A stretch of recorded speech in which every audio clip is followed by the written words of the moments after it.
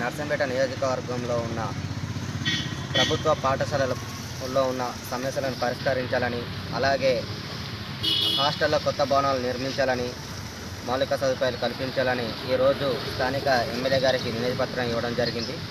దీన్ని ఉద్దేశించి ఏఐఎఫ్డిఎస్ వరంగల్ జిల్లా అధ్యక్షులు చెన్ను రమేష్ మనతో ఉన్నాడు.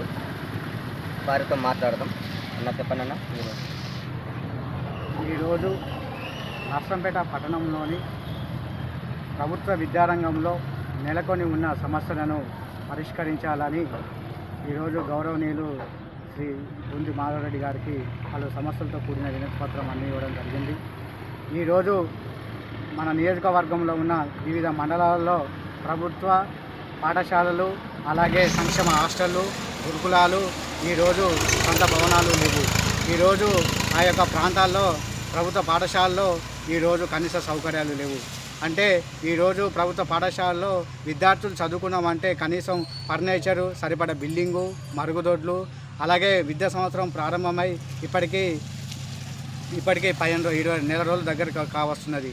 ఇప్పటి వరకు పూర్తి స్థాయిలో పాఠ్యపుస్తకాలు కానీ, యూనిఫామ్ కానీ అందించలేదు. అలాగే పాఠశాలలు పునర్ప్రారంభం కాగానే విద్యార్థులకు అల్పాహారం అందిస్తామని చెప్పిన ప్రభుత్వం ఇప్పటి వరకు విద్యార్థులకు అల్పాహారాన్ని అందించలేకపోతున్నది.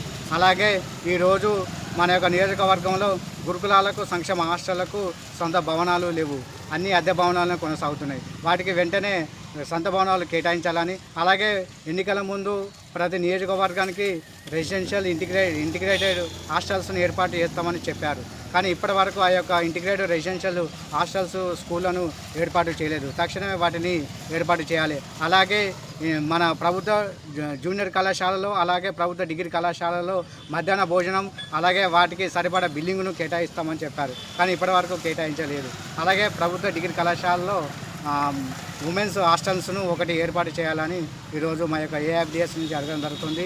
ఏఐఎఫ్డిఎస్ వరంగల్ జిల్లా అధ్యక్షుడు చెన్ను రమేష్.